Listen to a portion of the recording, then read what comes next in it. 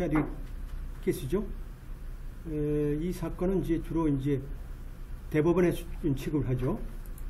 주로 이제 우리가 여러분들 변호사 시험 보게 되면 주로 이제 대법원에서 이제 주로 이제 이 문제를 변호사 문제를 다루고 있죠. 여기서 보게 되면 자 스테이트 바 쪽이죠. 스테이트 바 쪽에서 그 리뷰 디파트먼트에 우리가 이제 징계에 관한 부분, 그죠? 추천에 대해서 이제 리뷰를 하는 거죠. 자, 여기서 보면 패티셔너죠. 패티셔너 윌리엄 체드윅이라는 사람이 자, 사실상 연방법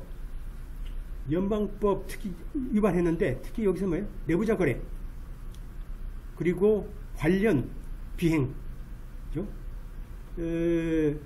연방법 위반이죠. 관련된 그 경범죄 위반으로 해서 어떻게 됐어요? 사실상 업무정지가 된 거죠. 우리 같으면 영업정지죠. 영업정지를 받은 케이스죠. 이 서스펜션 된 거죠. 영업정지 상태에서. 그래서 보통 영업정지도 어떻게 돼요? 우리 같은 경우는 어때요? 3개월, 6개월, 미국도 마찬가지 3개월, 6개월, 1년, 2년. 그러면 보통 이제 6개월 받게 되면 저런 이제 플로리다로 많이 가요. 플로리다 가가지고 거기서 그냥 6개월 그냥 어떤 사람은 다시 와서 살짝 근무하다 가다가 걸려가지고 이제 박탈당한 사람도 있고. 그래서 일단 요새는 뭘까요? 딱 문 닫아버리고 그런 거죠. 그래서 리뷰 디파트먼트에서 뭐라고 그래서 자 체드윅 자체를 자 5년 자 영업정지 추천한다 하는 거죠. 5년은 이제 영업정지 하라. 그 대신 어때요? 자, 그 정지 집행, 그죠? 정지를 집행하고 사실상 2년으로 이렇게 이제 결국은 이제 추천하니까 본인이 여기 수긍 안 하고 이제 항소한 케이스죠. 그래서 체드윅과 관련된 유죄 증거에 대해서 이제 과연 이 당사자에 대한 소위 행위 자체가 변호사로서의 부도덕한 면이 있는지를 우리가 결정하는 우리가 이 판례가 되겠어요. 자, 체드윅 같은 경우는 1973년도 콜롬비아 여기에 이제 변호사로 이제 업무를 시작했고 사실상 그 로펌의 큰 파트너 중에 하나고 그리고 이제 현재는 뭘까요?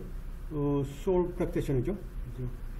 나홀로 지금 펌에서 사실상 그 대안투자에 대해서 대안투자와 관련된 법자문을 하고 있고 사실상 그동안에 여기서는 이제 징계에 관련된 정권은 없어요. 징계에 관련된 정권은 없다. 자, 우리가 여기서 이 사람에 대한 이 판례에서 우리가 추려서 우리가 이용할 게 뭐 있나요?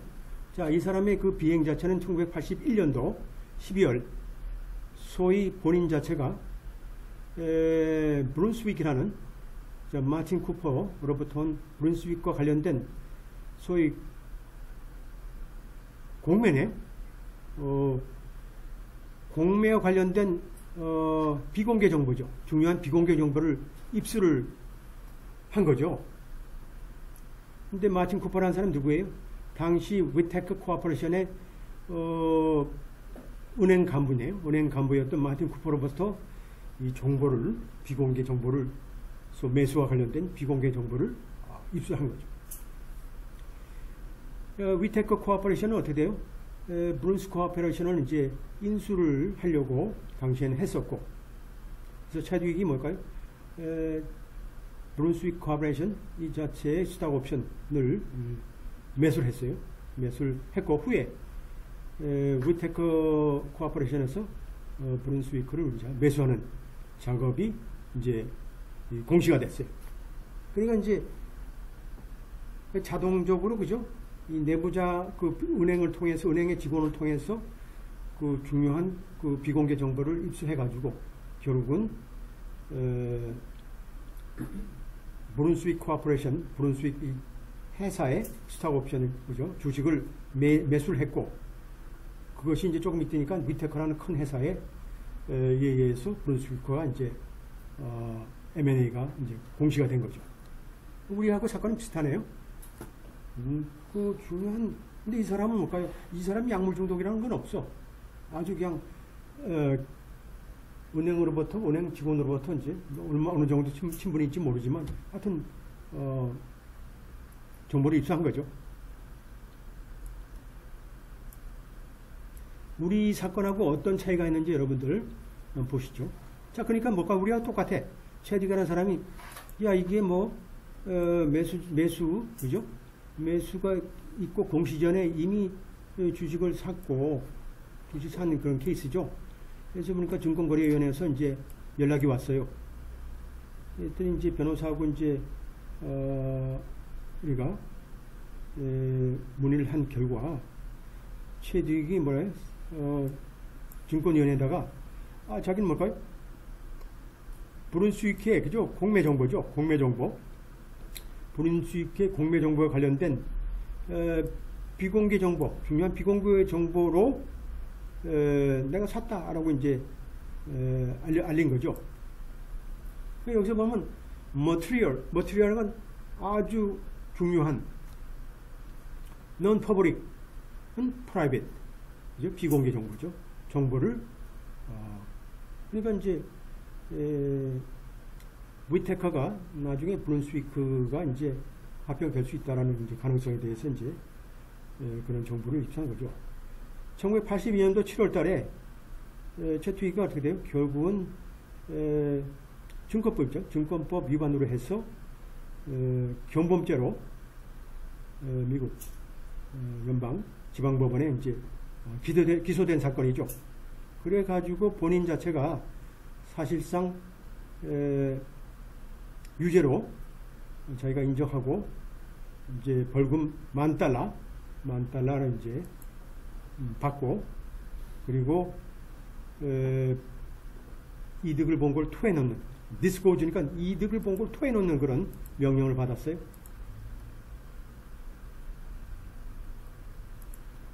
우리 사건처럼 이제 프리 어그리먼트죠. 이 진술 내용을 보게 되면 어떤 사실이 있냐면 자, 진술 내용 보면 뭐가 있어요? 여러분들 진술 내용을 보게 되면 우리 사건하고 유사한지 자, 이게 이제 사실상 이 변호사로서의 직무와 관련된 부독한 아주 비열하고 부도덕한 그 문제와 관련된 사건을 우리가 관련되어 있죠. 그리고 그러한 관련된 내용 자체가 최두익 자체에 대한 탄핵, 그죠? 관련된 내용이죠. 탄핵과 관련된 내용이다. 이런 비도덕하고 부도덕하고 비열한 변호사로서의 어떤 행위 자체, 그건 윤리 위반이죠. 그러니까 이제 먼저 뭘까요? 연방 대법원에서 형사법정에서 일단은 이 사람이 죄를 인정한 거죠. 내부자 거래를 해서 일단 죄로 인정받고 만불 뭐요? 벌금 받아야죠. 벌금 받고 또 이익금 토해놓는 그런 이제 우리가 일련의 과정이 있었고 그 다음에 그거 나서 이제 뭘까요? 스테이트 바가 가만히 있겠어요? 거기서 이첩이 되겠죠? 이렇게 결정문이나 판결이 오게 되면 변호사들 가만 안 놔둬요. 보고 또 이제 우리가 명령해야 되겠죠? 자, 최득이 어떻게 돼요? 자, 뭘 보여달라는 명령. 어떤 원인이죠, 원인. 원인을. 이 사유가 뭐냐? 기소된 사유는 뭐냐? 한마디로, 우리가, 캘리포니아 보게 되면 비즈니스 프로페션 코드가 있어요. 우리 같은 NPR이와 똑같아요. NPR이라는 소위 변호사 윤리 강령, 변호사 윤리의 의미 안에서의 우리가 변호사의 직무와 관련된 부독성과 관련된 그죠? 행위를 의도적으로 할 목적으로 그래요? 기소된 사건에 대한 사유를 밝혀라. 여기 보게 되면 이러한 혐의죠. 이러한 혐의는 소위 차득이 어떻게 해요? 이런 당시에 브룬스위크라는 그 회사의 스탁 옵션의 주식을 불법적으로 매입한 내용과 관련이 있고 또 뭘까요? 우리가 연방 형사법정에서 나온 그 경범죄 유죄 증거 관련된 사건이죠. 행위에 관련된 문제.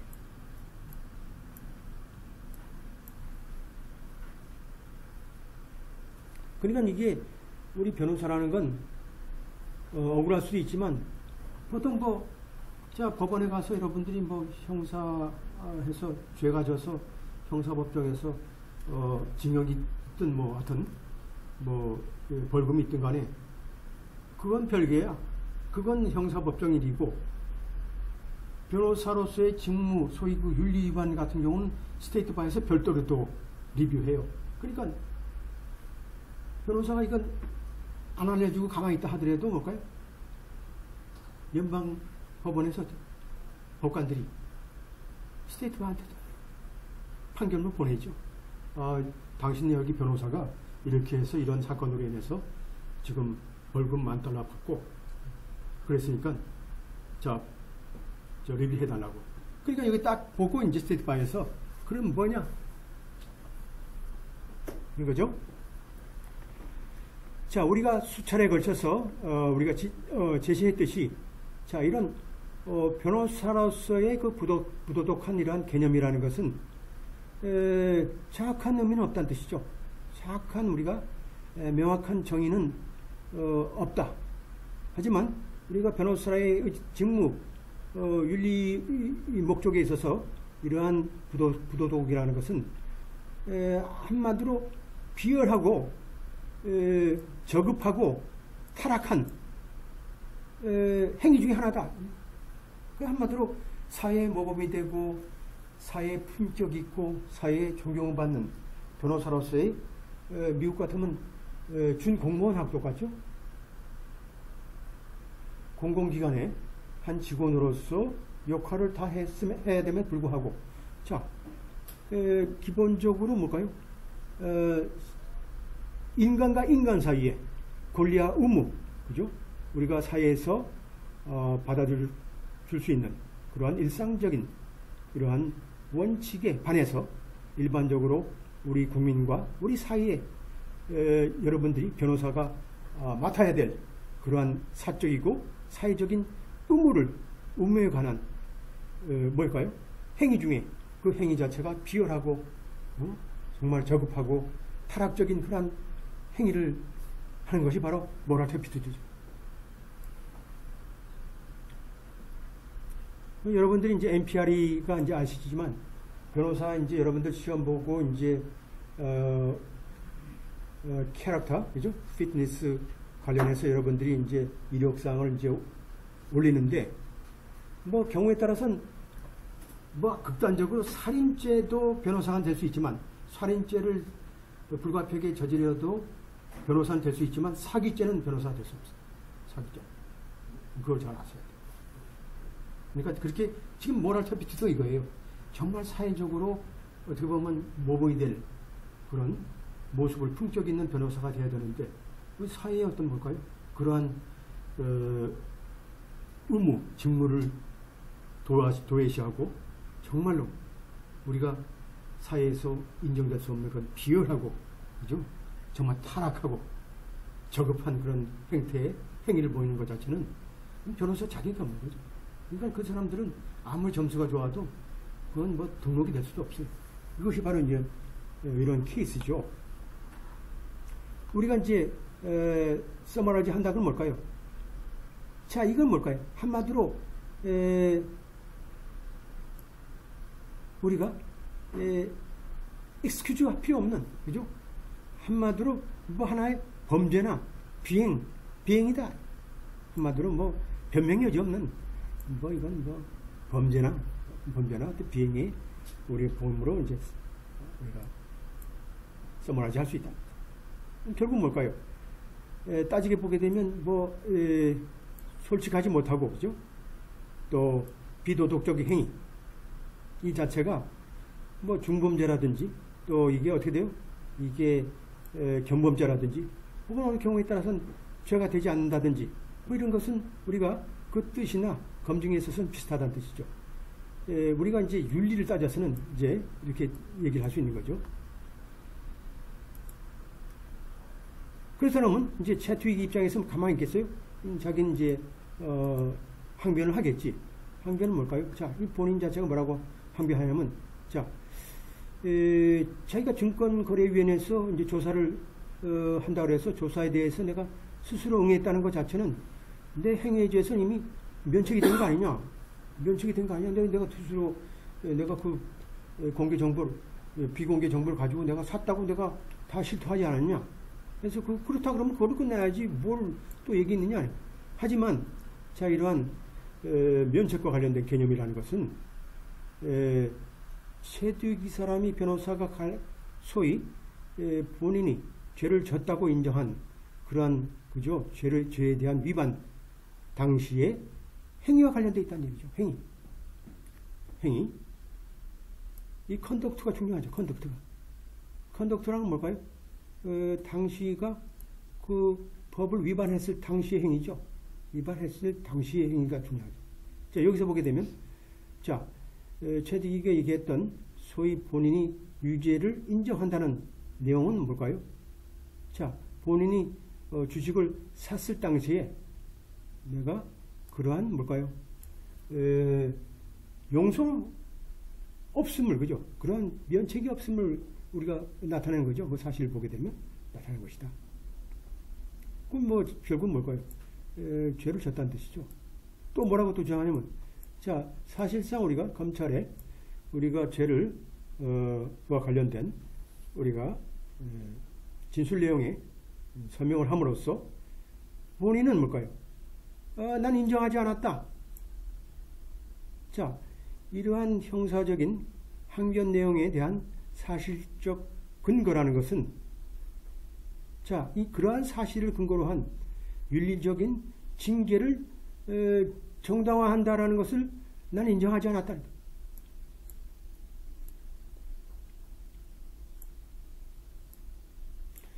이 사람이 뭣도 모르고 하는 거죠. 그러니까 뭐 이 사람 얘기는 뭘까요?